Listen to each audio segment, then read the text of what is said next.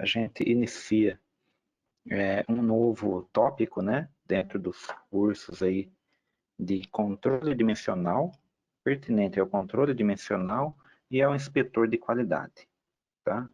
São dois assuntos, né, que casam, aliás, né, né, ou aliás, dois dos assuntos que casam para ambos os cursos, né, que é a parte de noções básicas de matemática, tá? E na sequência tem também a parte de estatística. A estatística, né, a gente vai verificar aqui como que a gente aplica a matemática no nosso dia a dia, né, os conceitos matemáticos, e a estatística é um ramo totalmente voltado para a prática, né, para a aplicação prática da matemática. Né? Por que eu estou falando? A matemática parece muito abstrata, né? Aquele monte de conta, parece uma coisa que está longe, né? Apesar de a gente ver ali algumas situações no nosso dia a dia, mas parece que muitas coisas não são aplicáveis, né? E o ramo da matemática, da estatística, bem como alguns tópicos que iremos começar a ver aqui na parte básica, né? Faz parte do dia a dia do inspetor, principalmente quando está relacionado com caldeiraria e também gestão da qualidade, beleza? Então, só para recapitular, eu estou aqui no curso de controle dimensional, tá? Aqui no curso de controle dimensional tem o tópico matemática aplicada. E o primeiro item já é uma apostila, já é uma apostilinha aí, um PDF, tá bom? Que vocês podem depois aí baixar no computador, se quiser, não é obrigatório, tá? E na sequência, né, a gente vai destrinchando cada parte dessa apostilinha. Tem vídeo de apoio, né, por exemplo, frações, é uma coisa que a gente fica com dúvida, né, por isso tem um vídeo para a gente verificar frações. A gente sabe o que é, mas como manipular essa informação? A potenciação está relacionada com notação científica, e tem um vídeo de potenciação para fixar esse conteúdo. Aí a gente entra em algumas outros assuntos pertinentes à matemática, operações angulares, até chegar em equações de primeiro grau, uma revisão. E, muito importante também, a gente vai falar de regras de arredondamento e algarismo significativo, tá? Esse mesmo conteúdo está já disponível também para o inspetor de qualidade. Mudei aqui a tela. Então, aqui no inspetor de qualidade está logo depois de processos de fabricação. Tá? Vocês acabaram o módulo processo de fabricação com o Codemiro, né? E estão iniciando agora o conceitos básicos de matemática. É o mesmo conteúdo, tá, pessoal? Mesma coisa, mesmos vídeos, mesmos arquivos que estão disponíveis para ambos. Então vamos lá. Vou voltar aqui, que eu vou utilizar aquele arquivo que já estava selecionado, né? Ampliando aqui. Esse aqui é o PDF que vamos utilizar na nossa aula de hoje. Tudo bem? Vamos lá. Vamos começar bem de leve, né? Falando sobre potenciação. Então, recapitulando, né? A potenciação, tá? É uma das operações da matemática que a gente consegue fazer um raciocínio da seguinte maneira. Se eu tiver um número, o A representa um número, mas é uma letra, mas representa um número. Né? Que número? Qualquer um. 1, 2, 30, qualquer número. Multiplicado por ele mesmo. Quantas vezes? N. Por que N? Porque pode ser multiplicado 10, 20, sei lá quantas vezes. Né? Então, um mesmo número igual a,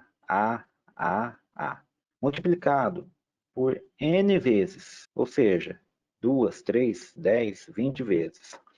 Eu represento da seguinte maneira, eu coloco o meu número que está sendo multiplicado como base e quantas vezes eu multipliquei ele como expoente, ficando, né, na percepção, né, base e expoente, né, a elevado a n.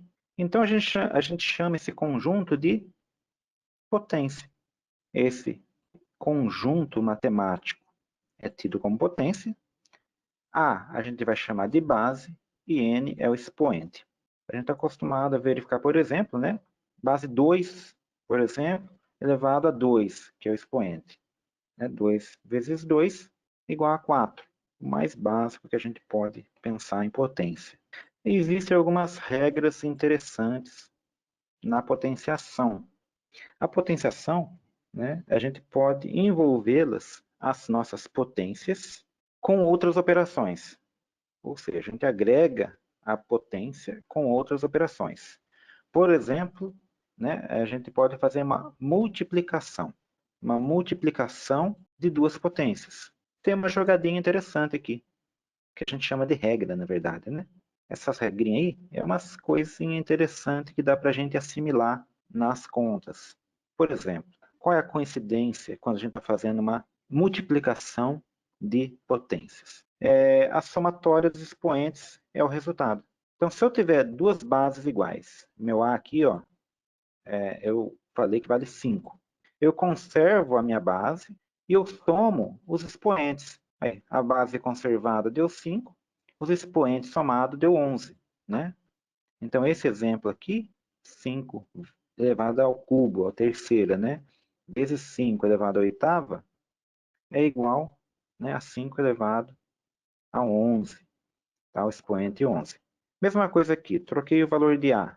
O A vale 8. Troquei os expoentes. Aqui vale 2, aqui vale 7. 2 mais 7, 9.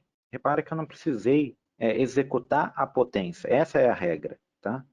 Eu não precisei executar a potência para fazer a conta. Se eu tivesse que executar a potência, aqui em cima, por exemplo, né, eu ia ter que fazer 5 vezes 5, né, vezes 5. Aí achar um resultado. Aí depois embaixo, 5 vezes 5, né? 8 vezes, né? Assim por diante. 8 vezes achar o resultado. Aí depois eu ia multiplicar os dois resultados, sendo que dessa forma eu achei o resultado diretamente. É uma regra, a regra da multiplicação. Uma segunda regra, né, também relacionada com potências e considerando que elas têm a mesma base, tá? Então são regras para a potência com a mesma base na operação. Por exemplo, aqui é a mesma base, ó, 12 dividido por 12. O que muda é o expoente, 9 e 5. Aí tudo bem. O que não pode mudar aqui para aplicar essa regra é a base. Então, basicamente, em vez de, se na multiplicação eu somei, aqui na divisão eu vou subtrair. Então, 12 elevado a nona, né, a 9, dividido por 12 elevado a quinta, né, 5, eu subtraio 9 menos 5 dá 4. A base mantida é 12, o expoente subtraído deu 4.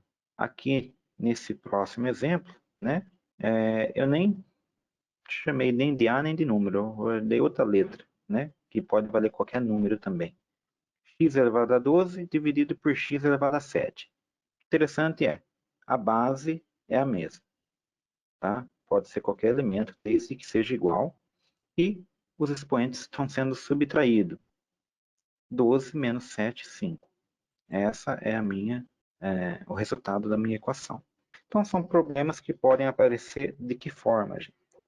Isso daqui pode aparecer durante a aplicação de alguma equação, alguma fórmula do dia a dia, de cálculo de área, por exemplo, dentro da metrologia e também dentro da estatística.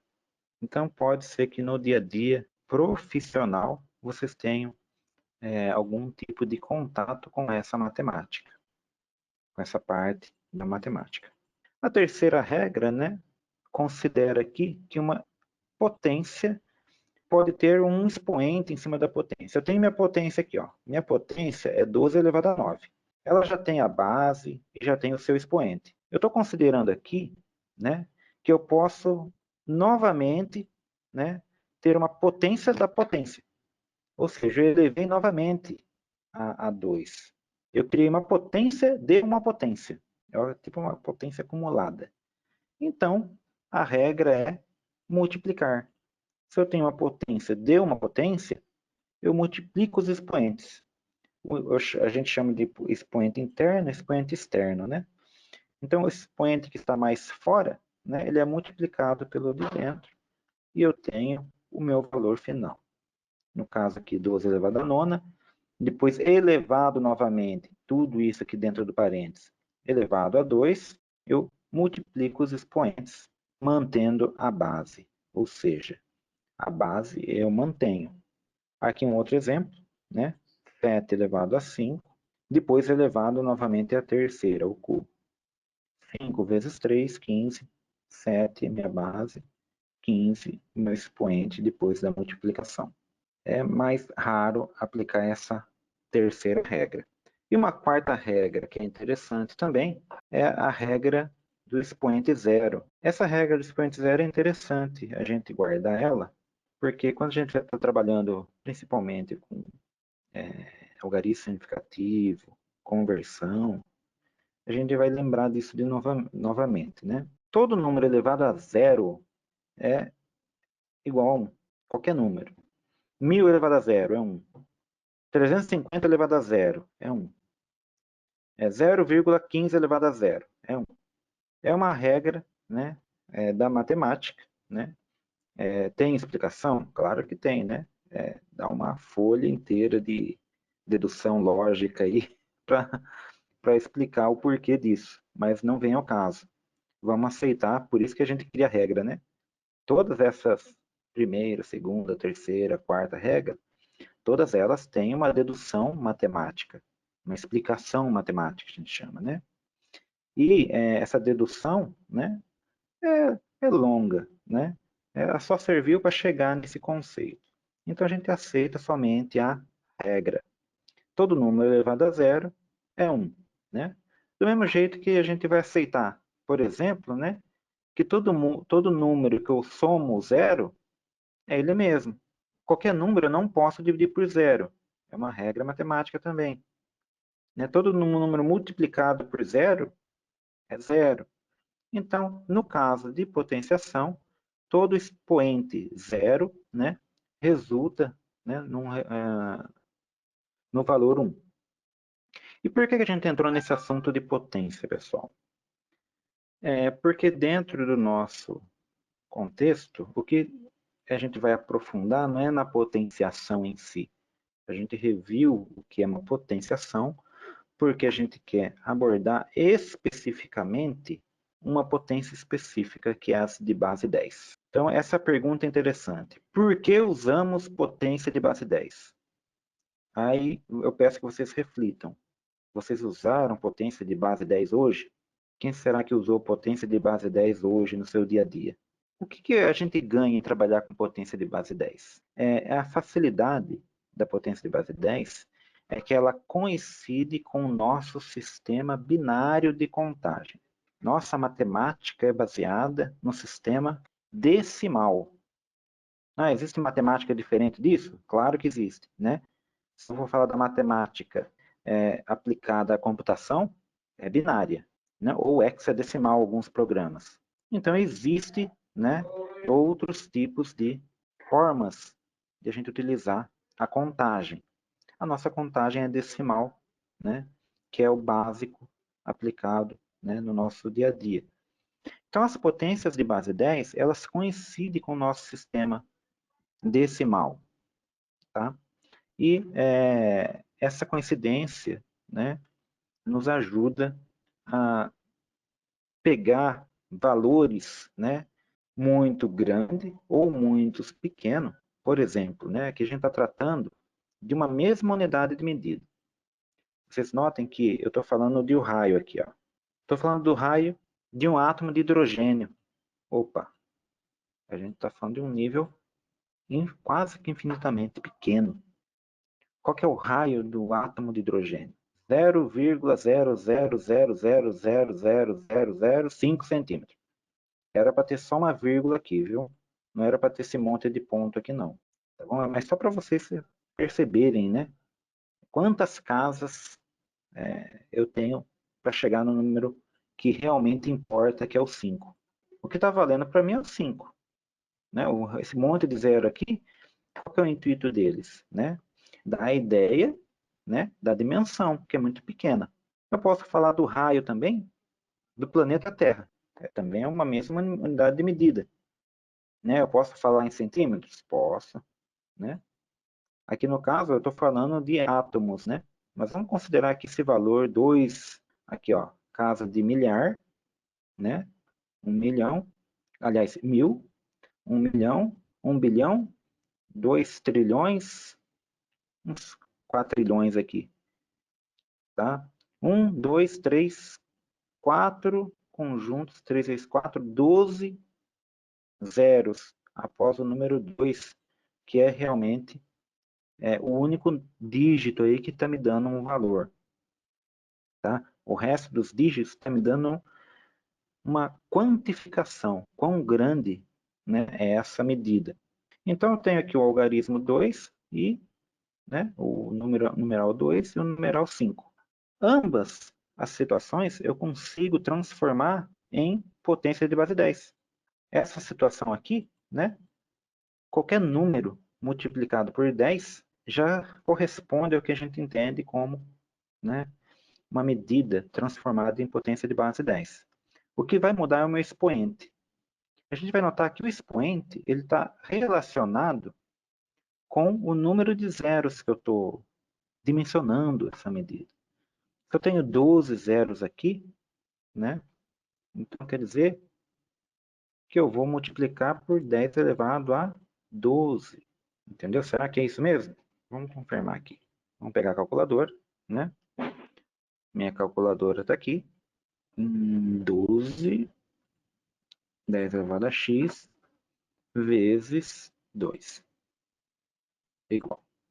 Ah, eu multipliquei 2 vezes agora. Já tinha multiplicado, né? Mas temos aqui, ó, o numeral, né? Com todas as casas de zeros aqui. Tá? 12 zeros. Tá? E mais a unidade de medida aqui. Esses 12 zeros aqui correspondem a essa parte aqui. Aí o que, que eu fiz depois? Né? Multipliquei por 2. Vezes 2. Igual. Aí sim eu tive o que corresponde a essa parte aqui. Tá? Tudo isso para a gente mostrar que 2 vezes 10 elevado a 12 é igual a todo esse número aqui. E no caso, né, ao contrário, eu vou ter 1, 2, 3, 4, 5, 6, 7, 8, 9 zeros. O meu expoente aqui também vai ser 9. 5 elevado a 9, só que negativo. 5 elevado a menos 9. Então eu tenho menos 9 potência de base 10, deu 0,000000001. Né? O que faltou? Faltou eu multiplicar por 5. Aí deu o meu valor correspondente aqui, negativo. Então perceberam a relação da potência de base 10 com o nosso dia a dia? Por exemplo, hoje, por exemplo, se vocês andaram de carro, vocês viram lá no seu contador ali, km. A letra K é uma potência de base 10. 10 elevado à terceira. Se hoje você fez uma medição em centímetros, por exemplo, esse Czinho minúsculo, né, é 10 elevado a menos 2. Milímetro, 10 elevado a menos 3. Então, no nosso dia a dia, a gente utiliza potência de base 10. Vai no mercado comprar alguma coisa, você vai pedir 1000 gramas de batata, sei lá, ou vai pedir 1 quilo de batata. Né? A gente troca o 1000 pela letra K. Quando vai comprar um computador, por exemplo, né? A gente vai comprar uma HD. Né? Você vai falar que eu quero uma HD de mais ou menos uns 3 quinquilhões de bytes. Não, né? A gente fala 1 terabyte. O terabyte aí já está na casa aí de 10 elevado a 12, se não me engano. Tem uma tabela aqui na apostila com todos esses termos. Acho que a gente chega lá ainda hoje. Isso para a gente introduzir potência de base 10. Tem esse texto que explica tudo isso, tá? Com alguns exemplos. E já vai mostrar como que é a regra para transformar um número normal, por exemplo, aqui eu tenho o 385, como que eu transformo ele para base 10? Dá para pensar diretamente, mas aqui fizeram por parte. Por exemplo, 385. Não é a mesma coisa que eu pegar 3,85 e multiplicar por 100? Só que esse número 100 não é igual a 10 elevado a 2? Então, esse daqui é o meu número com potência de base 10. 3,85 vezes 10 ao quadrado, né, vai dar o meu número 385. E ao contrário, aí eu tenho que pensar ao contrário, né? Em vez de eu estar multiplicando, eu estou dividindo. Tá? Sempre que eu tenho um número, né, menor que zero, né, ele pode ser dividido pelas casas decimais aqui. É o mesmo valor. 0,0037 é a mesma coisa que 37 dividido por 10.000. Esse 10.000 aqui, ó, o 10.000 em si é 10 elevado a 10 elevado a quarta. Ah, mas não era menos 4? Fábio? É menos 4 por quê? Matematicamente, quando a gente sobe a expressão que estava embaixo dividindo e deixa ela multiplicando, vocês vão notar aqui, ó, que o sinal mudou. Aqui, 37 está dividindo por 10 elevado à quarta. Já aqui, eu fiz uma jogadinha matemática e o 10,4, o 10 elevado à quarta, ele passou multiplicando. Porém, quando eu faço isso, eu troco o sinal. Então, toda divisão com potência de base 10, né? Eu posso pensar que o expoente sobe invertido e eu mudo para multiplicação. Então, meu número final aqui, ó, 3,7 vezes 10 a menos 3. Por quê? Ficou dessa maneira. Não podia deixar 37 vezes 10 a menos 4? Sinceramente, é um número em potência de base 10. Qual que é a diferença desses dois números aqui? A diferença é que esse daqui, né, o número multiplicador, que é o 3,7, ele está entre o número 1 e o número 9. E o que isso significa? Significa que ele é uma notação científica. A notação científica, que veremos posteriormente, basicamente é a gente transformar um número qualquer, de qualquer dimensão, seja muito grande ou seja muito pequeno, num número entre 1 e 9, ou menor que 10, né? 9, alguma coisa, até 9,9999999, né? Multiplicado pela potência que define a sua proporção, tá? Ou seja, eu vou ter como se fosse uma parcela que representa um valor, multiplicado por uma potência de base 10, que me dá a dimensão desse valor. Se é muito grande, se é muito pequeno. E no nosso dia a dia a gente aplicou isso, só que escondido através de símbolos. No nosso dia a dia a gente não vai falar, né? Eu estou andando a 30 mil metros por hora, né? Não, 30 quilômetros por hora. Há casos e há casos, né? Que a gente aplica esses conceitos no nosso dia a dia e nem percebemos. Mesma coisa aqui, né? Outro exemplo. Esse material está disponível para vocês lerem com calma. Bom, vai ter exercício sobre isso, tá? Então é bom, né, vocês tomarem cuidado antes de fazer os exercícios, tá? Bem, na prática, pessoal, qual que é a regra prática para a gente fazer essa conversão? Eu já estou comentando, já comentei que a regra prática é você trabalhar com a vírgula. Não ponto, não considera ponto, viu, gente? É a vírgula. Aliás, quando até esquece os pontos, né? O ponto é para separar as casas de milhares, né? A vírgula fica sempre depois do último número. Por exemplo, no caso desse número 62.300, a vírgula fica aqui. É que como não tem nem nada depois, não precisa colocar. Quando eu tenho, né, um número muito menor, dividido, né, aí eu tenho que colocar a vírgula obrigatoriamente. A regra é a seguinte, né, se você desloca essa vírgula na direção da esquerda, ou seja, a vírgula estava aqui, onde ela veio parar? Ó, entre o 6 e o 2, ela estava depois do zero. Aí ela veio parar depois do 6 e do 2. Então ela teve que andar, ó, uma, duas, três, 4 vezes. Tá? Se ela andou 4 vezes para esquerda, minha potência de base 10 recebe um expoente positivo. Ao contrário, minha vírgula estava num canto e ela deslocou para direita. Quantas vezes ela deslocou? 1, 2, 3, 4. Parou aqui? Não, ela andou depois do 2. 5. Ela ficou aqui, ó, depois do 2. Aqui sumiu porque não precisaria pôr nesse caso. Então, quantas vezes eu andei? 5 vezes. Só que andei para a direita.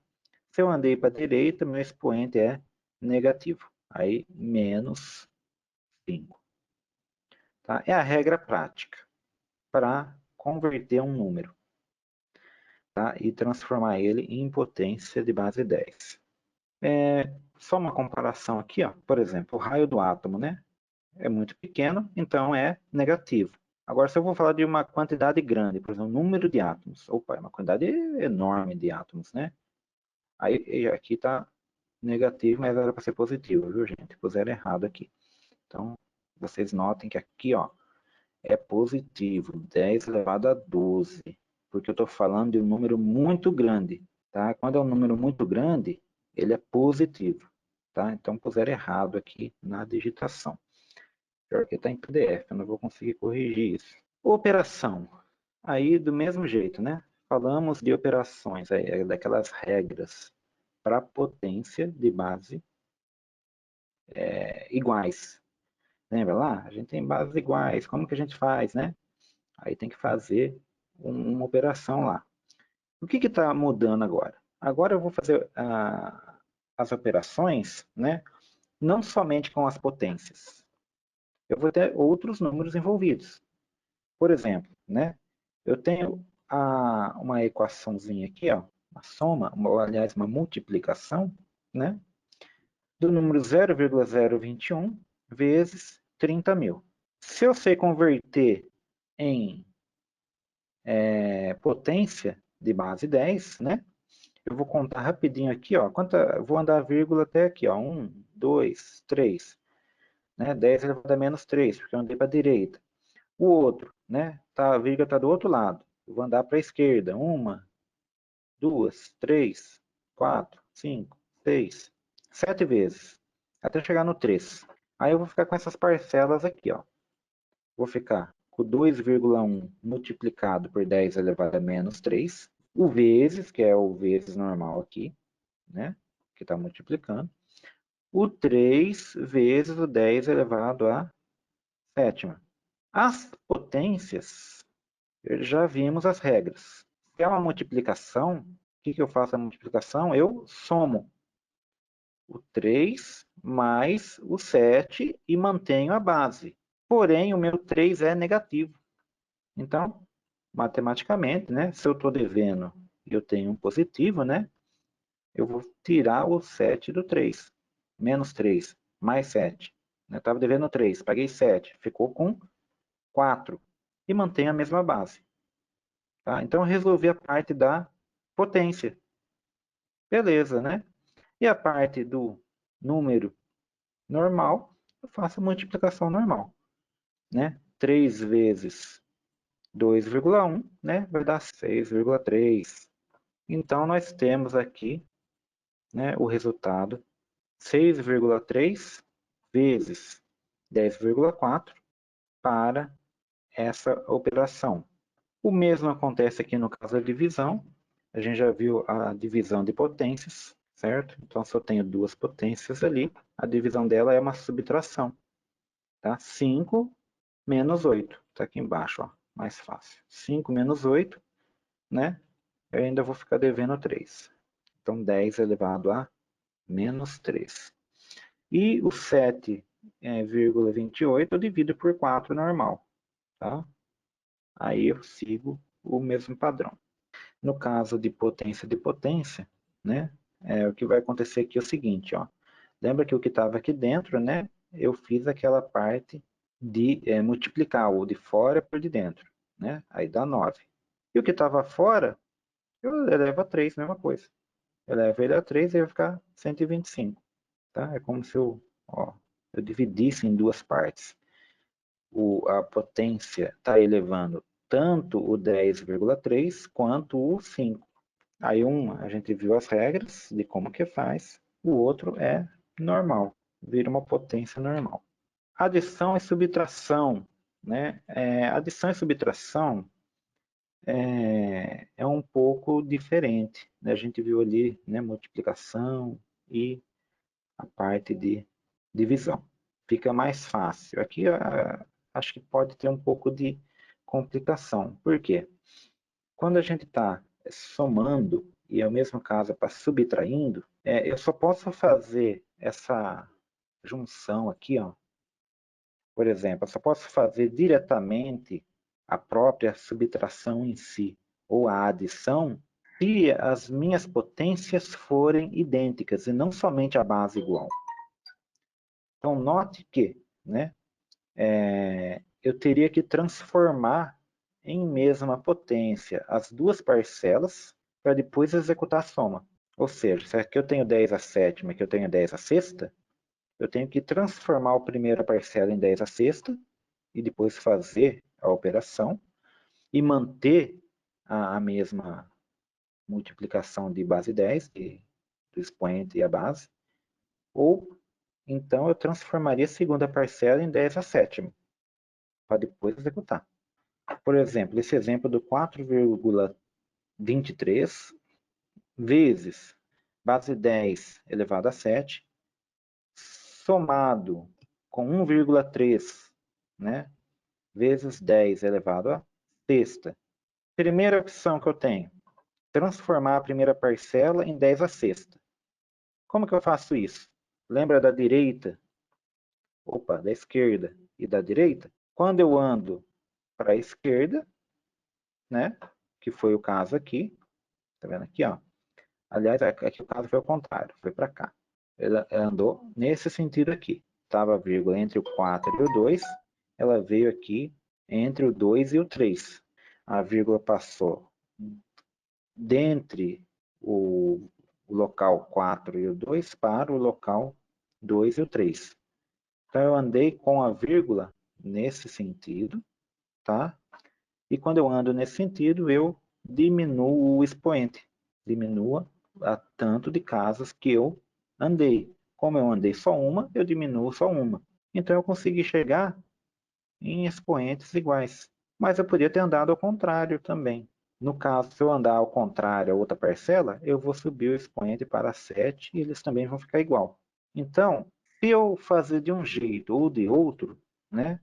Ou seja, se eu multiplicar 42,13, 1,3, ou 4,23 vezes 0,13, eu vou ter o mesmo resultado para as duas opções, né, de fazer essa conta. Tá? O importante eu não poderia fazer diretamente 4,23 vezes 1,3 e depois não teria como eu escolher um dos dois. Não dava para pôr 10,6,5, 10 elevado a 6,5, por exemplo. Não tem isso. Tá? Não dá para fazer uma média dos expoentes. Eu tenho que achar um expoente único. Ou seja, o 7, né, no caso aqui, ou no caso de cima, que foi o 6, somente para chegar no resultado final. Ok? Tudo isso porque essa potência de base 10, né? Por causa que dentro da qualidade industrial ou da qualidade em si, né? Um padrão cobrado é o padrão de notação científica, para se fazer comparações mais fáceis. Então, parece ainda um pouco abstrato a notação científica, mas a gente já comentou que a gente usa no nosso dia a dia, né? Então, na prática, né, do inspetor, né, pode ter alguma relação também direta aí com as atividades, com o processo, alguma coisa assim. Tá? E a notação científica é aquilo que eu falei, que todo número pode ser transformado, né, num número de potência de base 10, né, entre o número 1, né, e menor que o número 10. Tá? Por exemplo, aqui no caso, o 200 transformei em 2. Esse 5.300.000, 5,3. O 0,00000024, 2,4. Então, note que todos eles, né, fica nesse range, fica dentro desse range aqui. Né? O que distingue, né, a proporção deles vai ser a potência de base 10. 10 elevado a 2 pouquinho grande, mais que o normal. 10 elevado a sexta, opa, já é bem maior. 10 elevado a menos 7, muito pequeno. E os módulos aqui, né, servem para realmente dar a medida. Beleza? Mais alguns exemplos aí, né? Basicamente usando a regra, né, de andar com a vírgula. 25 vezes 10 a quarta, ele deve ser escrito como 2,5. Só que como eu andei com a vírgula para a esquerda, eu aumentei o expoente. 84, aliás, vezes 10 a menos 3, né? E se eu representar, se eu solicitar, eu quero em notação científica os números, ele tem que se transformar em 8,4, e como eu andei à esquerda, ele aumenta. Ele era menos 3, ele aumentou para menos 2. Ou seja, eu adicionei um positivo, né? Ele ficou ainda negativo, só que ficou menor. E isso é um pouquinho da potência de base 10 e notação científica. Aqui operações angulares é mais light, viu? Recordando, né, que, claro, se eu estou falando de operações angulares, eu tenho que, pelo menos, tentar deduzir o que é um ângulo. Né? O que é um ângulo, né? Se eu tiver duas semi-retas, isso considerando que elas se encontram, e eu posso definir um vértice, tá? Então eu tenho um vértice, que desse vértice origina duas semi-retas. A abertura desses duas semi-retas, né, é conhecida como ângulo. Então a abertura de duas semi-retas é o que define, né? É claro que essas semi-retas têm que ter um vértice em comum, formando o vértice do ângulo. Eu tenho a minha configuração de um ângulo. Aí, beleza. Definido isso, né? A gente vai verificar que tem algumas nomenclaturas aí. Se o ângulo, né? A gente definiu o ângulo reto como 90 graus. O ângulo reto, né? Ele tem uma característica própria de ser um quadradinho com um pontinho no meio, né? Define que ele é perpendicular a um outro segmento. Eu tenho um segmento de reta na vertical e ele faz 90 graus com a horizontal. Né? É o nosso ângulo reto. Se for menor que isso, menor que 90, né? A gente chama de um ângulo agudo. Né? Agudo, só para a gente relembrar, vem de ponte agudo, né? Ponte agudo já vem disso aí, ponta aguda.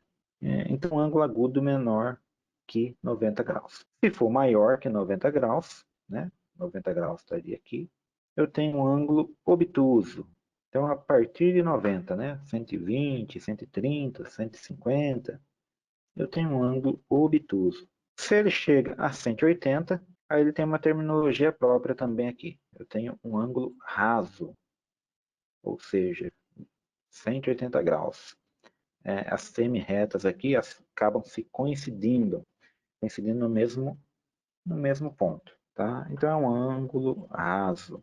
Né? Então, agudo, reto, obtuso, maior que 90, e o ângulo raso, 180 graus.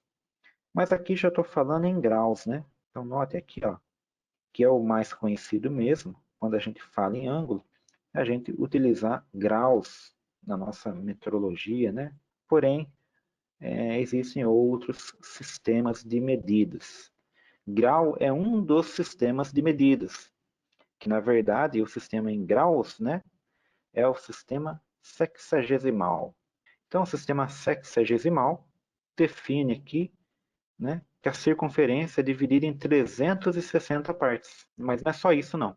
Além de dividir, né, a circunferência inteira em 360 graus, cada grau eu dividi em 60 partes. Tá? Então, imagine um círculo dividido em 360 partes. Cada parte dessa eu subdividi em 60 e chamei de minutos. Então, 1 grau equivale a 60 minutos. Não contente com isso, eu peguei aquela ínfima parte de 1 minuto e dividi novamente, obtendo segundos. Essa divisão coincidiu com nossa contagem cronológica de tempo. Então, nosso dia tem 24 horas, cada hora foi dividido em 60 minutos, cada minuto foi dividido em 60 segundos, e assim também se convencionou ao sistema sexagesimal. Então hoje a gente já se habituamos, né, com esse sistema, tá? Que é o grau, minuto e segundo. Dá para brincar bastante aí. Tem operações matemáticas envolvendo isso também. Mas é importante a gente notar que o grau corresponde a 60 minutos, 1 minuto corresponde a 60 segundos, o segundo não tem subdivisão, e se eu quiser transformar de grau diretamente para segundos, eu multiplico 60 por 60, 3.600 segundos. Essa é a relação. Reparem que, dentre as operações, a gente vai pensar sempre da seguinte maneira. Se eu falar que eu tenho 30 graus, 76 minutos e 32 segundos, esse 76 aqui é maior que 60. Não tem lógica eu colocar maior que 60, sabendo que 60 equivale a 1. Então eu aumento para 31 e tiro 60 do 76. Claro, né? Eu não vou aumentar 70 aqui no 31 porque só vale 1 grau. Cada 60, ó, vale somente 1 grau. Então, o que, que eu fiz? Eu passei daqui para cá para, né, simplificar. É um processo de simplificação. Do mesmo jeito que a gente simplifica uma fração, por exemplo. A gente não vai simplificar uma fração, eu não vou falar 2/4 de polegada, né? Eu vou falar meia polegada, que é equivalente, né? 3/6, não tem 3/6. Então, aqui é a mesma coisa. Não existe 76 segundos, existe 1 minuto mais 60 segundos, ou 60 minutos. O mesmo acontece, né, para o segundos. Aí no caso do minuto aqui, né, aliás, do grau. O grau, ele vai até 360. Passou de 360, eu já estou com uma volta a mais. Mas normalmente, né, quando a gente está trabalhando com sexagesimal, né, dificilmente a gente vai ter uma coincidência de mais de 360. Não vem ao caso. Porém, dentro da mecânica, por exemplo, quando a gente está trabalhando com equipamentos rotativos, aí entra, aí é normal, dá 1, 2, 3, 10 voltas no motor, por exemplo, tá? Aí já é outro caso, e também a gente já não trabalha com esse sistema, trabalha num outro sistema que é o radiano.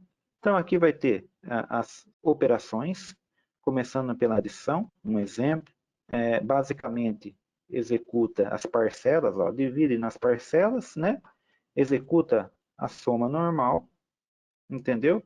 E o resultado, a gente só tem que dar atenção, se tiver os itens maiores, né, que 60, a gente vai transformar eles. É essa o princípio da adição de ângulos.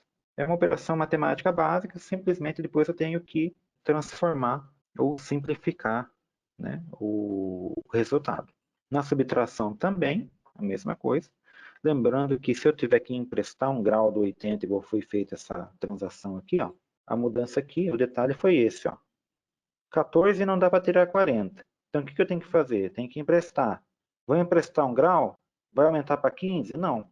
Vai aumentar para 60 e 74. É 60 a mais. Então eu tirei 1 grau daqui, né? Tirei 1 grau, coloquei 60 minutos. Aí eu consigo fazer a operação normal. A multiplicação é simples também. Executa a multiplicação de cada termo e depois faz a mesma coisa.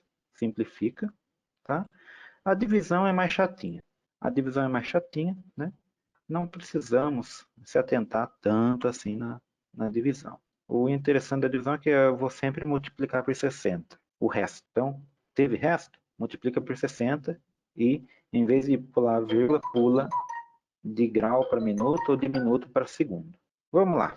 Paralelo com esse sistema sexagesimal, existe o sexadecimal. Ou seja, né, em vez de eu separar em grau, minuto e segundo, eu transformo em casas decimais essa parcela aqui, ó. O 27 e o 17, né, eles vão ser transformados em vírgula alguma coisa. Ou seja, 14, tralalá. Então, o que eu fiz? Eu transformei no sistema hexadecimal. Também, outra semelhança com o que os americanos fizeram com a polegada. Então, eu tenho a polegada fracionária e tenho a polegada decimal. Então, eu posso falar 0,5 polegadas, lá nos Estados Unidos eles vão falar 0,5 polegadas. E na Inglaterra vai falar meia polegada. Tá? Por quê? Um sistema é polegada inglesa, né? E outro sistema é a polegada decimal, muito utilizado na América, tá? Na América do Norte. Outro sistema, olha só, o terceiro sistema. Existe um sistema centesimal, gente. Eu não sei se vocês já escutaram falar desse sistema, né? Mas existiu e, né, não sei se é aplicado em algum lugar, deve ser muito raro, né?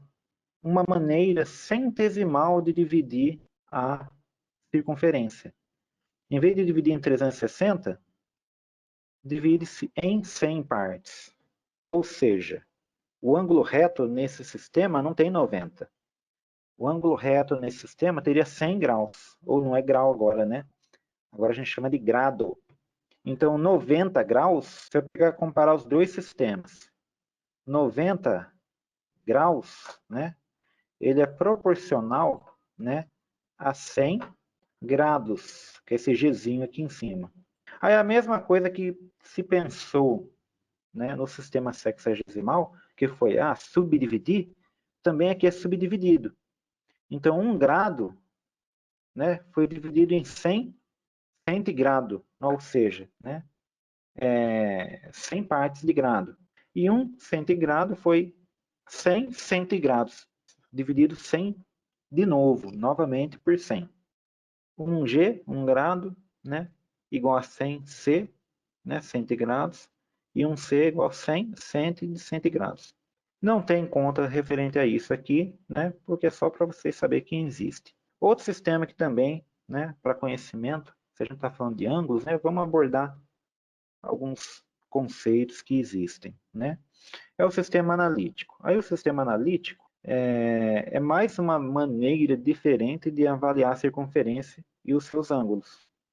Só que o sistema analítico, né, já envolve ali o pi-rad. Por que envolve o pi-rad? Normalmente, quando a gente está trabalhando com o comprimento, o interessante para mim é o arco, a borda da circunferência. Mas se eu estiver trabalhando com movimento, se eu trabalhar com o pi-rad, o pi, né, é um número fixo da circunferência, que está relacionada com o seu diâmetro. Então, quando eu coloco, se eu falar que a circunferência é 2πr, ela vai ser sempre 2πr. Independente do raio, a única coisa que vai mudar é o raio, mas vai ser sempre 2πr, que é o valor 2πr, né? Não confundam com πr ao quadrado. 2πr, para quem é da caldeiraria, você pode estar acostumado a π vezes diâmetro, porque 2, né, 2r, né, 2 raio é o diâmetro. Então, π vezes o diâmetro. Da onde que veio isso? De 2πr, que r é o raio. Então, se eu quiser saber a circunferência, né, o tamanho da circunferência aqui, total, eu sei que ela tem 2 multiplicado por π, né, vezes o raio. Se eu pegar 2 raio, eu tenho diâmetro vezes π. Ou seja, o π é aquele valor de 3,14, lá, 15, que é infinito. Ok? É uma constante relacionada com todas as circunferências. Beleza? Não vem ao caso também, né? Mas só para vocês fazerem, se a gente for fazer uma relação, né? Vamos pegar o π aqui, ó. O π, né? 1 π rad vai ser igual a metade da circunferência. Metade da circunferência, se eu for usar o sistema centígrado, né? Aliás, o sistema sexagesimal, eu tenho 180. Se eu for usar o sistema anterior lá, que está em desuso, né? Seria 200 graus. Por que eu estou ressaltando isso, essas coisinhas aqui, gente? Porque futuramente a gente vai ver que a gente vai entrar em regra de 3. Isso daqui é um princípio de montar uma regra de 3. Eu tenho 2 valores, né? Se eu quiser achar um terceiro, eu embuto aqui, né? Ou de um lado ou do outro. Eu fico com 3 valores conhecidos e uma incógnita. isso é a aplicação da regra de 3. Então, vocês vão percebendo que eu vou sempre tentando relacionar esses conceitos, né, para fazer uma amarração deles, né, principalmente com a regra de 3, que é tão importante, né, eu costumo comentar com o pessoal aí, que de uma prova de matemática, se você conhecer a regra de 3, você já acertou 50% das perguntas. É bobeando aí, ó, no mínimo. E, basicamente, a gente refletiu um pouco. Falei de vários sistemas aqui, dá para ter várias relações, né, e montar várias equações, né, de conversão. Ok? Nomenclatura ainda. A nomenclatura de alguns ângulos, né? Isso aqui vai ser interessante para a interpretação de documentos técnicos, por exemplo, né, de instruções técnicas. Por quê? Né? Pode estar falando, por exemplo, de um ângulo complementar. Quando eu falo de ângulo complementar, tal ângulo é complementar, né? Ou seja, na verdade 30 é o complementar do ângulo tal. Quando eu falo complementar, vai ser sempre do ângulo de 90 graus. Por quê? Porque se eu estiver falando do ângulo de 180, que é o reto, eu estou falando de um ângulo suplementar. Então, os ângulos suplementares é o que completa 180 graus. Eu tenho um ângulo alfa nesse exemplo aqui. Se eu perguntar qual que é o suplementar de alfa, o suplementar de alfa quer dizer que a somatória dos dois dá 180. Tá? Então, eu pego o meu alfa, que eu vou ter o valor, vamos lá, 120. Se o meu alfa valer 120, né, o suplementar de alfa vai ser 180 menos 120, que vai dar um ângulo de 60. E o replementar é quando eu completo uma circunferência inteira. Tá? Então, o replementar do ângulo alfa é 360 menos o próprio ângulo. Então, temos três casos. Suplementar é o ângulo que completa 90. Replementar, ou aliás, vamos na sequência, suplementar é o ângulo que completa 180, né? E replementar é o ângulo que completa 360. Isso a gente revê um pouquinho dos conceitos de ângulos. Não teve muito exemplo de exercício, mas tem bastante exercício aplicado com essa teoria de ângulos também. Terceiro tópico da aula de hoje: algarismos significativos. Então, a gente pode pensar que um numeral tem vários algarismos. Um número, uma quantidade, uma medida, né? Qualquer medição que trabalhamos, agora vamos aprofundar um pouquinho mais na rotina de inspeção, na rotina de trabalho, né? Qualquer medida, né, existe uma quantidade de números.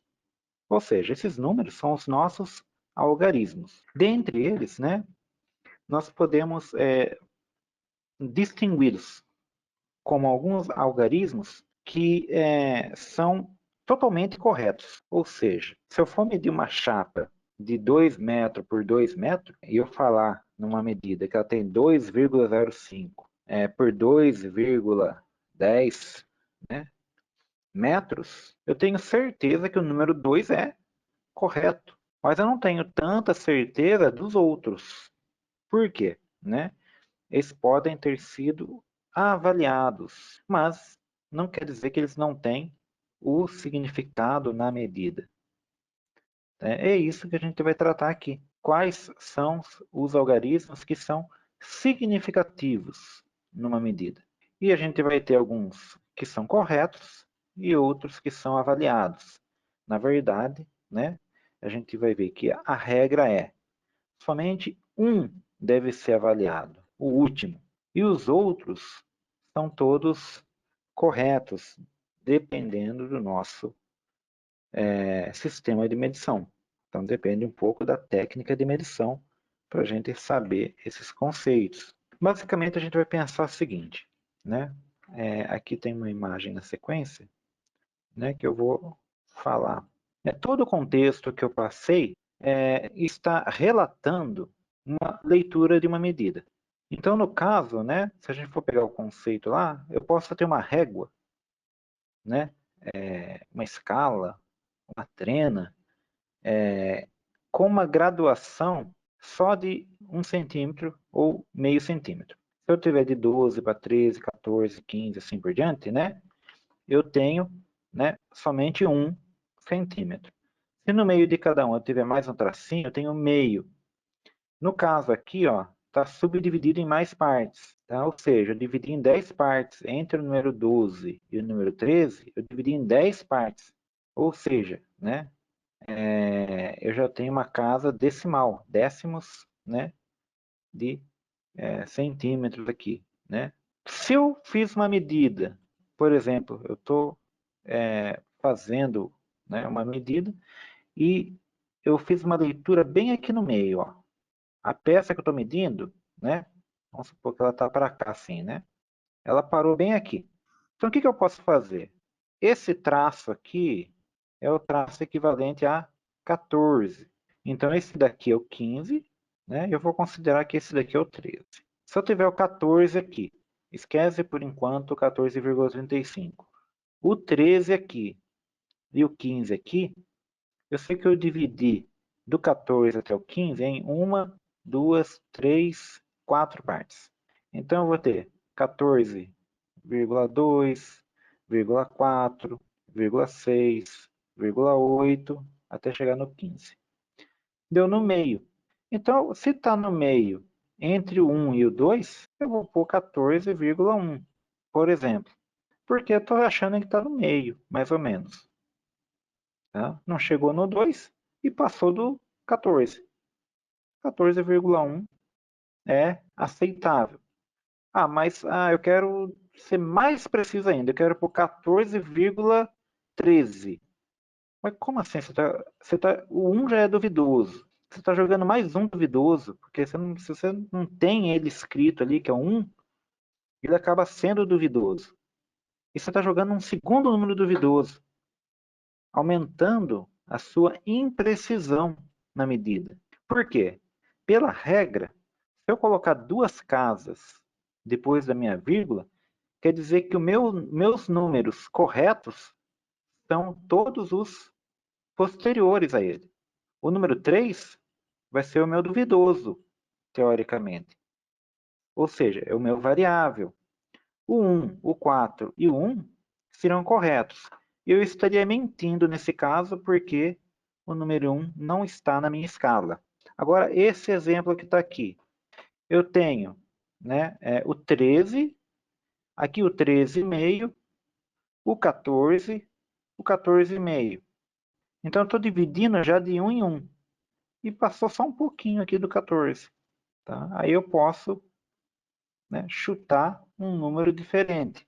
No caso aqui, ó, já está dando aqui no caso aqui 14,3. Se parou no meio, eu posso colocar o 5, 14,35. Mas tudo isso vai depender da graduação da minha escala.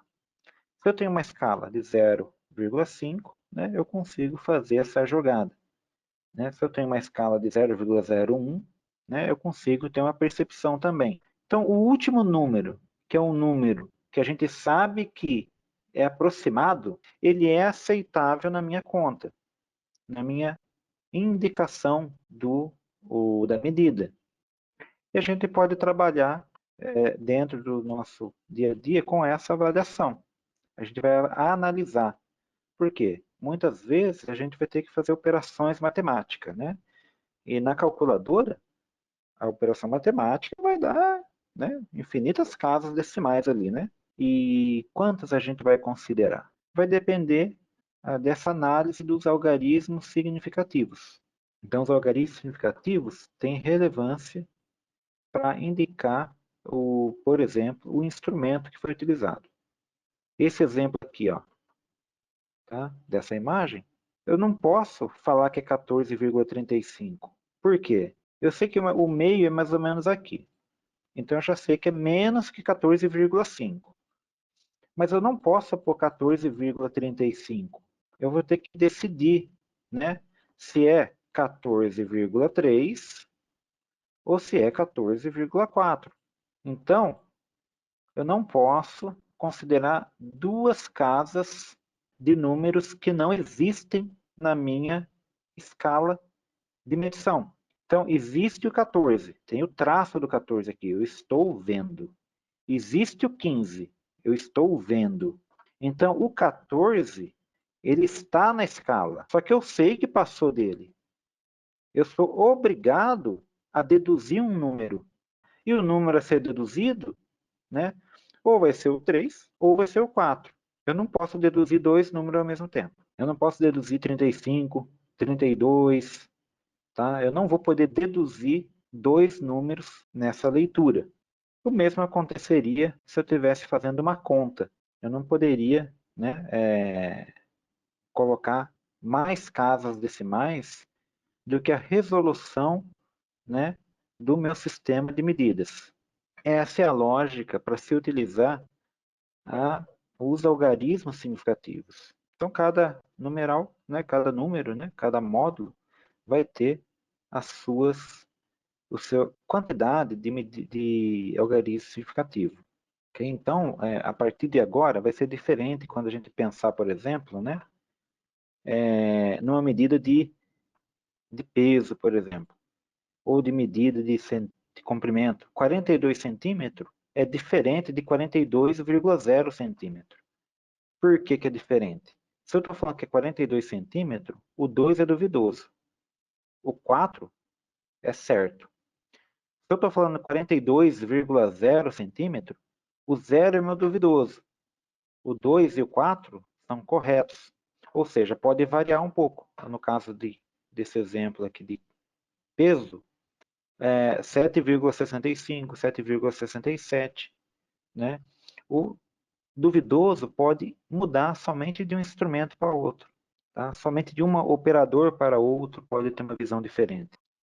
Por isso que, né, ele é chamado duvidoso. Então, se eu tenho, né, que estipular uma quantidade certa de algarismo significativo, existe uma regra também para isso, que é umas regras de arredondamento. Basicamente, a gente já sabe, na nossa cabeça a gente tem uma ideia. Então, aqui a apostila explica, né, mais ou menos o que a gente já sabe. Só para vocês terem ideia, tem uma NBR sobre isso, tá, gente? Que estipula essas regras. Se o número onde eu estou arredondando, então eu tenho um algarismo, né? Eu vou analisar o seguinte. Eu vou cortar no algarismo. E o seguinte? Se o seguinte é inferior a 5, beleza, eu corto o número e paro ali. Exemplo, né? Eu tenho um número infinito aqui, uma dízima infinita. 1,33333.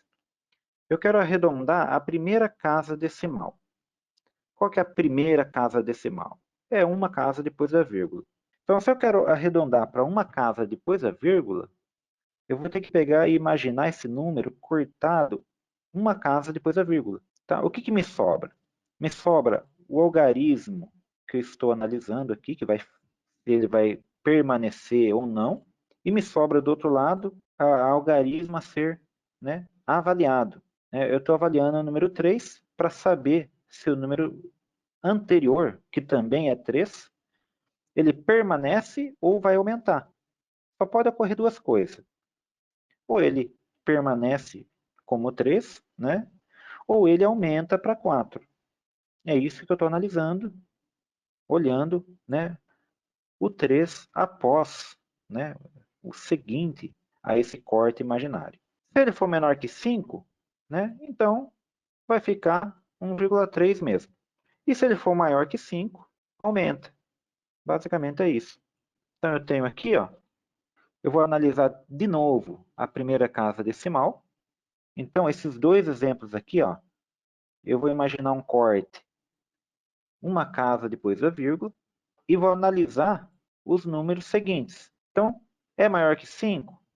Se é maior que 5, o número avaliado aqui, ó, ele vai aumentar. Ele aumenta mais 1. 1,66666, né? Ele vai ser transformado em 1,7. Tudo isso por quê?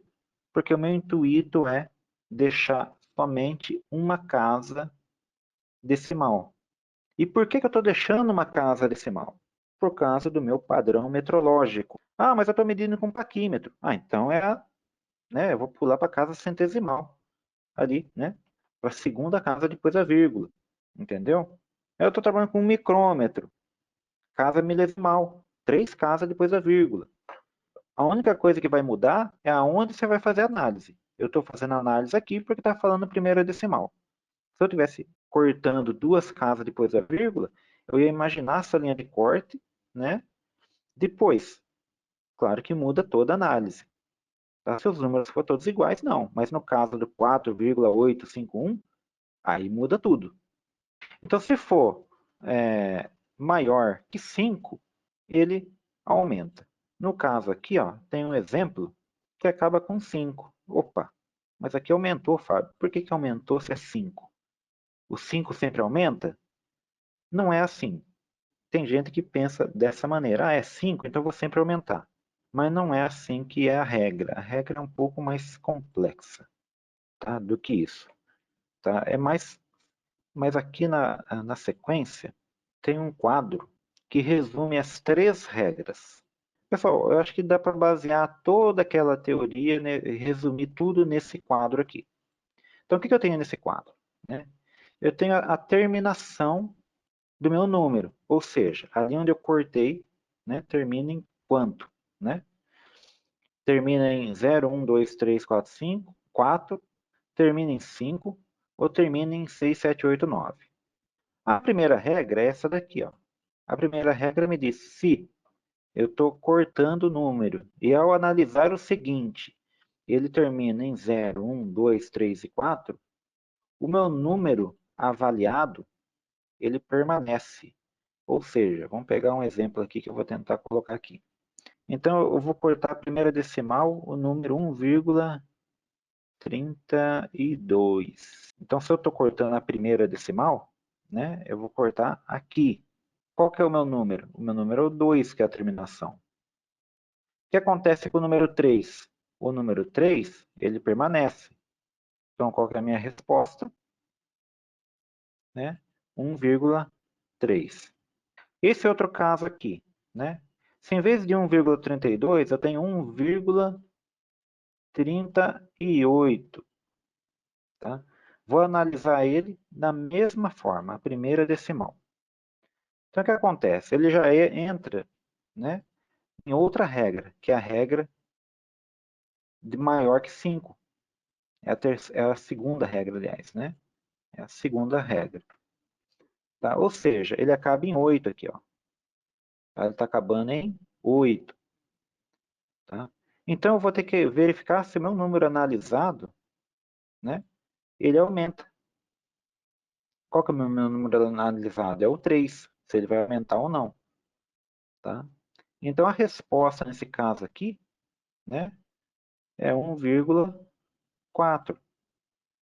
Tá? O meu problema é quando eu tenho aqui, ó, 1,35. Quando eu tenho 1,35, né, eu vou cair na terceira regra, que é essa regra aqui, ó, do número 5. Por quê? Porque eu cortei para analisar esse número 3, né?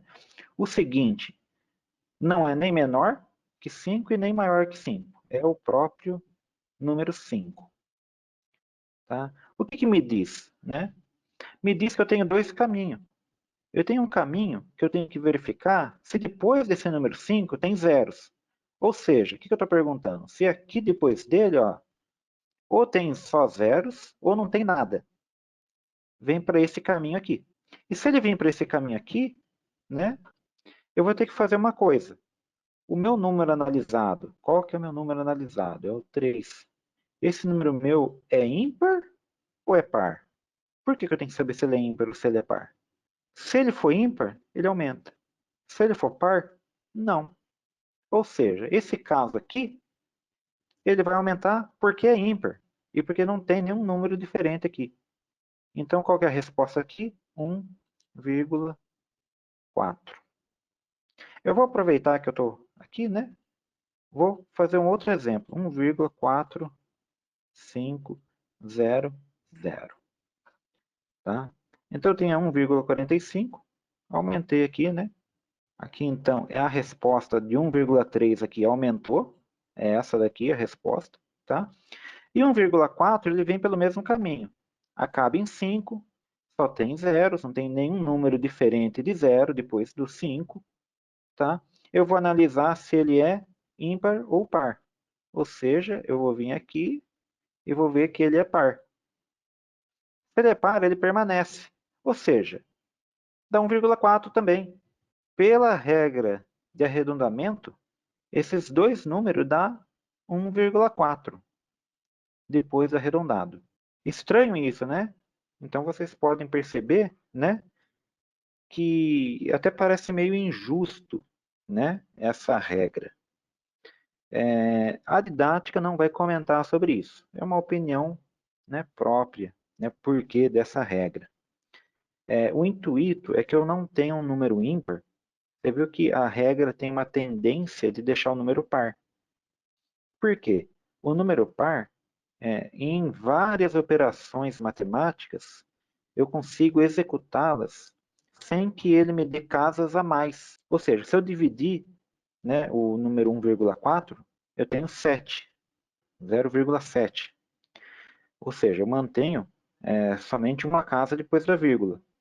Se eu dividir o número 1,3, eu tenho 0,65, ou seja, eu aumentei uma casa. Então a gente pensa sempre dessa maneira, né? Dentro dessas regras de algarismo significativo, existe uma tendência do número ficar positivo. Porém, né, tem um outro lado aqui também, que considera que depois do número 5, por exemplo, aqui ó, tem número 13, né, 501, ou assim, 1,4500, né, 7. Já não segue a regra citada de par ímpar. Segue a regra do número diferente de zero depois do 5. Então, nesse caso aqui, ó, aumenta de qualquer jeito, fica 1,4. E aqui também aumenta, fica 1,5. Aí esquece a regra ímpar-par. Então, essa parte aqui é um pouco mais complexa. O que eu sugiro? Que vocês entendam esse fluxograma desse quadro aqui. Então, vocês vão analisar o número, né? 3.750, né? Vírgula 37. Aonde que eu quero parar com o número, né? Eu quero parar com o número aqui, né? Então, eu vou ter que olhar aqui a terminação. Terminou no 7, o 7 está aqui. Então, ele aumenta. Qual que aumenta? O número analisado, que é onde eu cortei. Então, o resultado aqui ó, vai dar 37,50,4. Tá? Então, outro número. Vamos, né, ressaltar bem esse conteúdo. 0,01357. Né? Aonde é que eu quero cortar? Eu quero cortar na casa milesimal. 0,013. Qual que eu vou ver se sobe ou não? É o número 3 de novo. Para onde que eu vou? Olha, caiu aqui no 5. Tá? Então, o número a ser analisado é o 5. Né? E ele está acompanhado de número diferente de zero? Não. Ele está acompanhado de outro número. Tá? Então, ele vem para cá, aumenta automaticamente. Ou seja, a minha resposta aqui é 0,014. Tá? Se fosse 0 aqui, ia aumentar do mesmo jeito só porque o 3 é ímpar. Tem pergunta que é só disso lá na prova. Tá? Para o pessoal de inspetor de qualidade é mais para conhecimento, né, básico mesmo. Mas para o pessoal de controle dimensional, isso é totalmente exigido para a prova. Tem pegadinha na prova com essa questão. Tá? Eles colocam lá um dado lá, né, que tem a resposta, né, sem essa opção, né, essa análise, e tem a resposta com a análise. Você tem que colocar a resposta correta. Tá? Tem que ficar muito atento mesmo. Tá bom? É um conteúdo obrigatório para o controle dimensional. Tá? Essa parte de algarismos significativos. Vocês vão ter tempo de reler, né, de ver certinho todo esse contexto. Mas esse é o quadro que resume. Eu vou sempre debater em cima desse quadro, porque é muito mais fácil explicar em cima dele. E vocês treinar em cima dele também. Tá? Então tem vários exercícios, né? Vocês façam exercícios e vão treinando em cima desse quadro. Se quiser, rascunhe esse quadro no papel, no caderno, para vocês ir treinando, tá bom? Antes de entrar em razões e proporções, tem mais um pouquinho aqui falando de algarismos significativos, mas novamente abordando algumas regras dentro de operações aritméticas, ou seja, adição, subtração e tudo mais. Tá? Como que funciona se eu pedir para vocês, por exemplo, fazer uma operação matemática, né, utilizando as regras de arredondamento? Então, o que acontece? Né? Aqui já está armada a conta, né? Ou seja, eu tenho várias parcelas, né?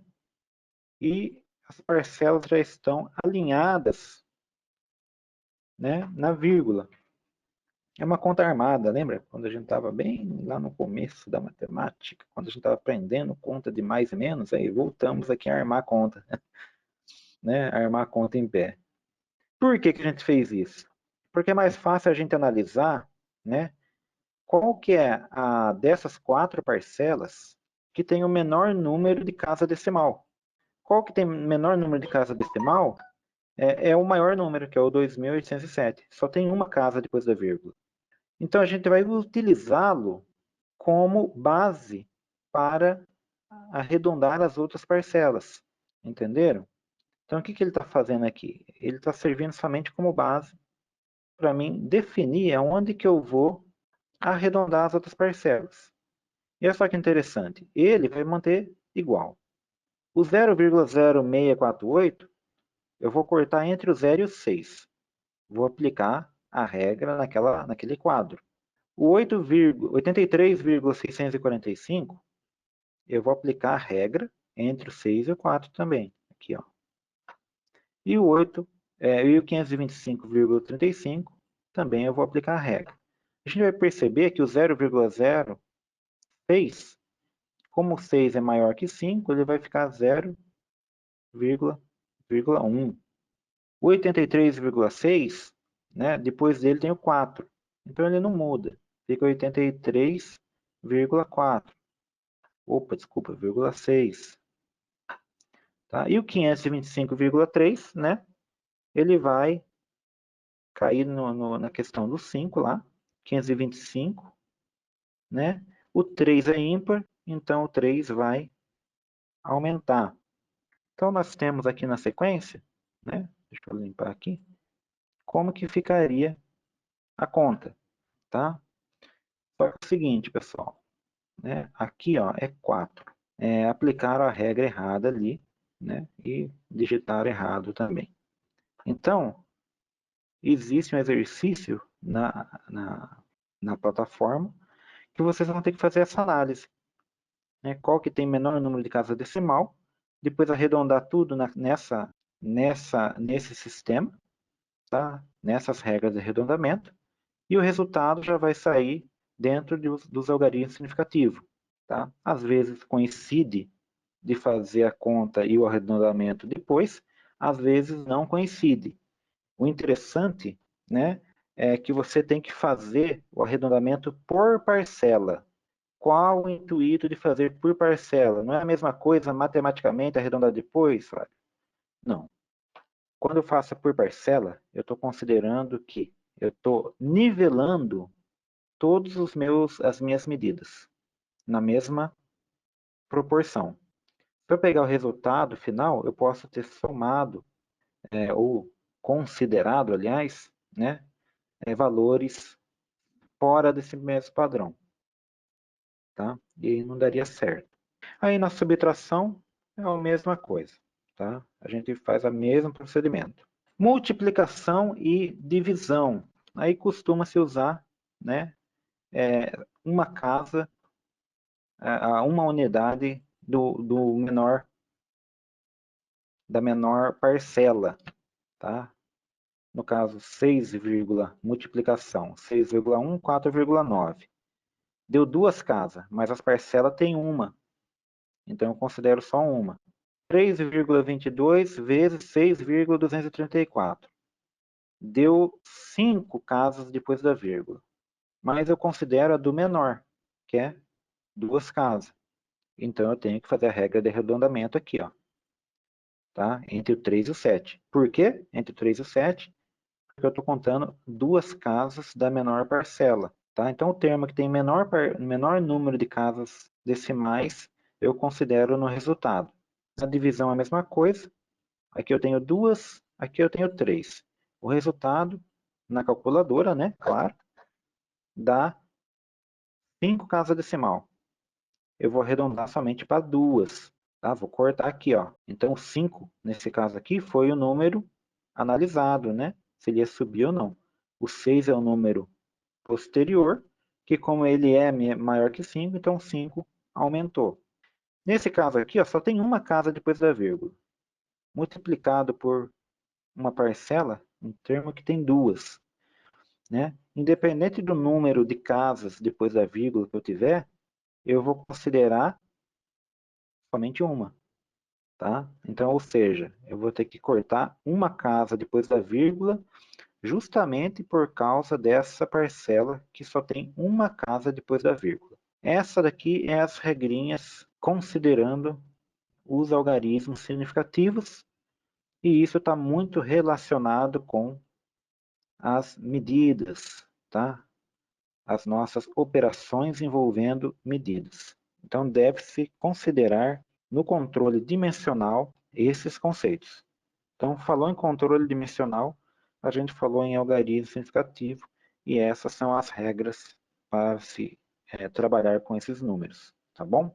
Só para a gente fechar o conteúdo de hoje, tá? Quero falar um pouquinho de razão e proporção, tá? Porque está relacionado com regra de 3. Então, aí a gente já está fechando o conteúdo hoje mesmo, tá? Hoje é tranquilo. É só uma revisão de matemática mesmo, tá? Então, a gente vem, né, razão e proporção, a gente vai ver o tópico sobre frações. Frações a gente não viu nada, mas lembrando que tem um videozinho que fala de frações, tá? Para vocês verificarem em outros horários. Fica disponível 100% do tempo aí. Então, eu indico para vocês aí, quando tiver um tempinho, né? Pega uma horinha por dia, à noite, meia horinha por dia, para ir vendo, né? Pelo menos recapitulando todas essas informações. Tá para ficar fresco na memória. Então, basicamente, quando eu falo de razão, eu estou falando de uma divisão. Então, eu vou ter aqui, né, um quociente, né, entre dois números, aqui indicado por A e B. Então, se eu falar a razão entre 12 e 3, o que eu estou falando? Que 12 dividido por 3 é 4. A razão entre 3 e 5 é meio. Por que é meio? Porque se eu pegar o número 3 e dividir por 5, eu vou ter 0,5. Normalmente, né, a gente pode representar de algumas outras formas, dessa maneira, por exemplo, e a gente pode estar relacionando esse contexto com problemas, ou seja, no nosso dia a dia, né, aqui está dando, por exemplo, uma situação, aliás, duas situações de exemplo. No caso aqui, está até tabelado aqui, né, para cada 3 litros de suco, coloca-se 8 litros de água. Então, se eu tenho 3 litros de suco e 8 litros de água, eu vou ter o total de 11 litros de suco. Tá? Aonde que está essa relação? Está aqui, ó. Situação 1. 3 litros de suco, 8 litros de água, suco pronto. 11 litros. Na situação 2, aumentei para 6 litros de suco. Aumentei a tanto de água para 16 litros. Então, o que eu tenho aqui? O dobro, né? Se eu dobrei o tanto de suco, eu também dobrei o tanto de água. E certamente eu vou ter o dobro de suco pronto. Por quê? 6, mais 16, 22. Ao contrário do que está escrito aqui, que é 24. Um outro exemplo. O caso de um jogador de basquete faz 20 arremessos e acerta 10 cestas. Já de cara dá para a gente pensar, né? Se ele fazer 40 arremessos, é capaz que ele acerta 20. Por que a gente está pensando desse jeito? Porque a gente pensa sempre em manter a proporção. Opa, eu estava falando de razão. Lembra lá? Até agora eu estava falando de razão. Agora eu falei de proporção. Tá? Então, o que é uma proporção? A proporção é eu ter essa ideia de manter a razão. Tá? Ou seja, né, se eu tenho, né, um número tal dividido por outro, né, e eu falar de outro número dividido por outro, eles são proporcionais se der o mesmo resultado. Então a gente tem uma relação de proporcionalidade, ou seja, mesmas razões, razões iguais, divisões iguais ou divisões com o mesmo resultado. Isso é uma proporção. Se eu tenho uma proporção, tem algumas formas de você, né, interpretá-las, né? Basicamente são duas frações mesmo. Eu consigo montar uma relação também, entendeu? É daí que nasce a regra de 3. Isso dá para a gente pensar na parte de frações também, tá? A leitura de um paquímetro envolve isso, viu, gente? Tem gente que acha complicado leitura de paquímetro em polegada fracionária. Se você tiver essa ideia de proporção, né? Nossa, é muito fácil você ler paquímetro em polegada fracionária. É tranquilo. Porque você conta, se você usar todo dia, você acaba até ficando mais fácil do que ler em milímetro, a polegada fracionária, né? Por quê? São proporções, né? Tem lá 16 tracinho. Por que tem 16 tracinho na escala fixa? Se vocês não perceber, pega o paquímetro 0, né? É 0,5, né? Ele é a escala fracionária, é a polegada dele. Vai ter 16 tracinhos. Esses 16 tracinhos significa 16 sobre 16, que é uma polegada. Se eu tiver só 8 tracinhos, a minha medida, quer dizer que é meia polegada, porque é metade de 16. 4 tracinhos, né, a gente vai ver que é metade de uma polegada. 1/4.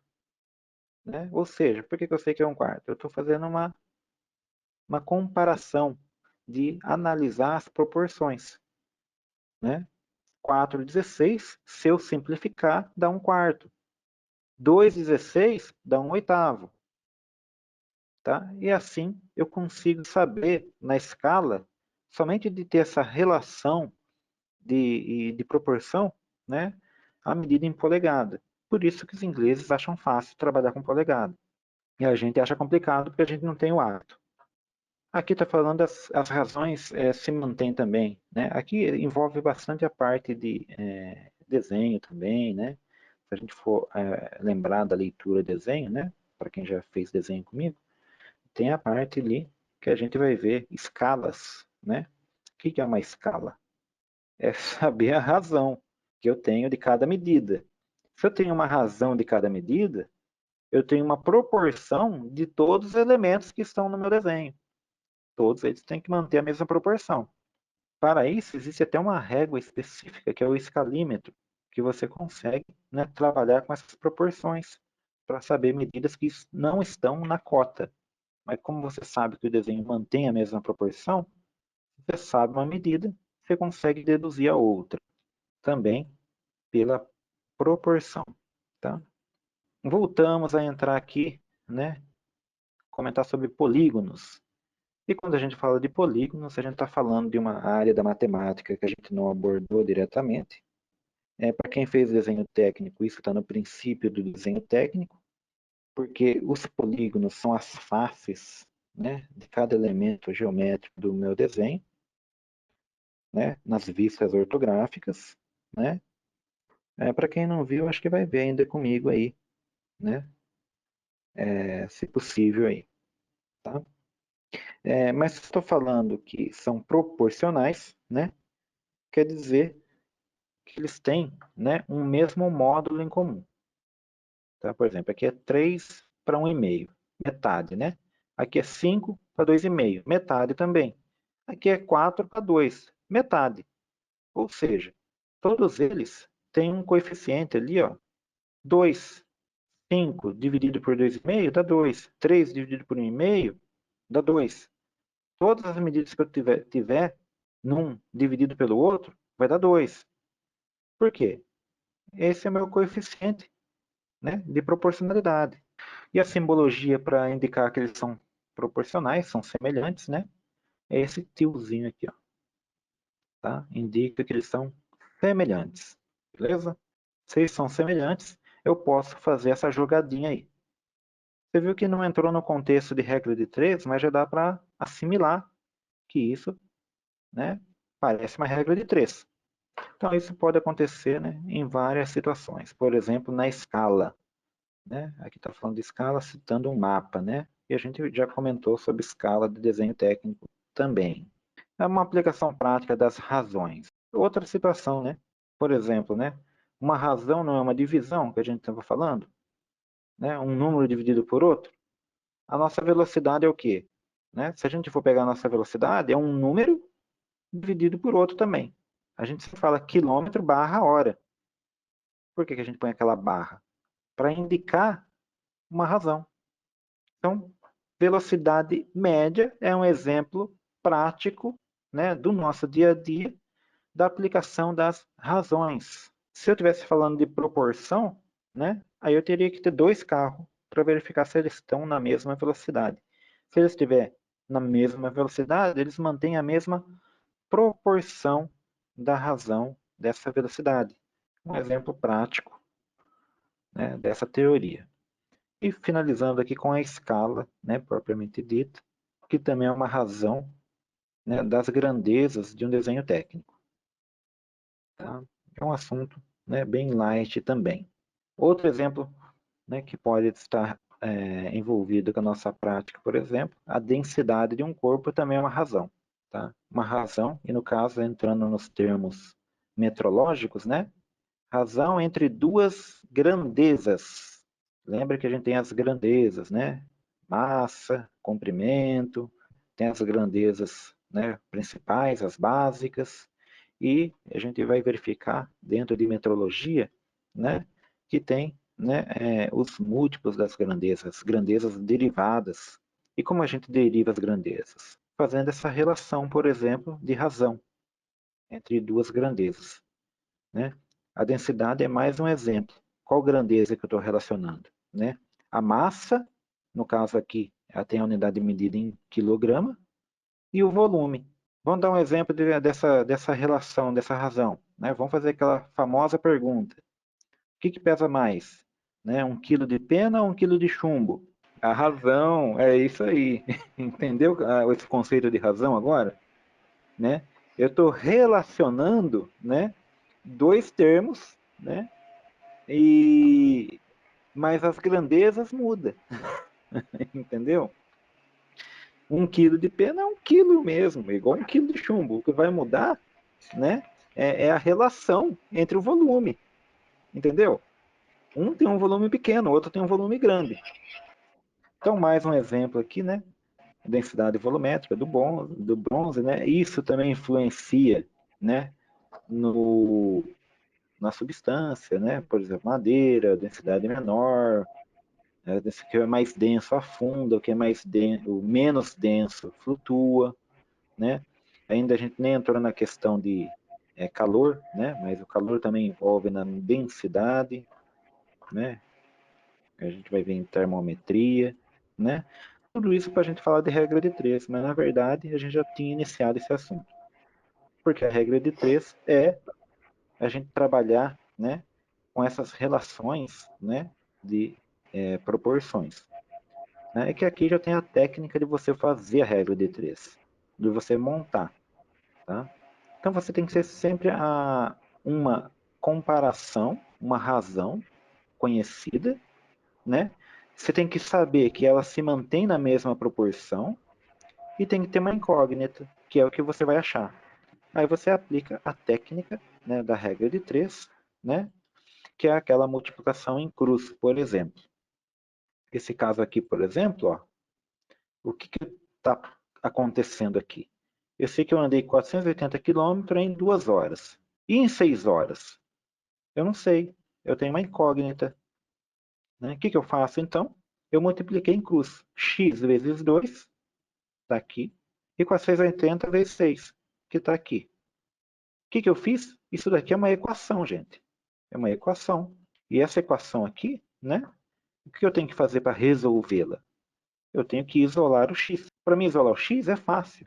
Nesse caso aqui, é só eu pegar o número 2 que está multiplicando e passar dividindo. Essa inversão aqui foi só para facilitar, né? O x ficou sozinho de um lado, e do outro lado o 480 está ainda multiplicando 6, só que o 2 passou dividindo. Então, nos finalmente, né, eu vou ter que em 6 horas, eu vou andar 1.440 quilômetros. Por quê? Porque eu estou considerando essa minha razão, tá? E eu estou analisando que elas são proporcionais. Isso é uma regra de 3. Fechou esse conteúdo por hoje, tá? Por hoje eu vou encerrando então.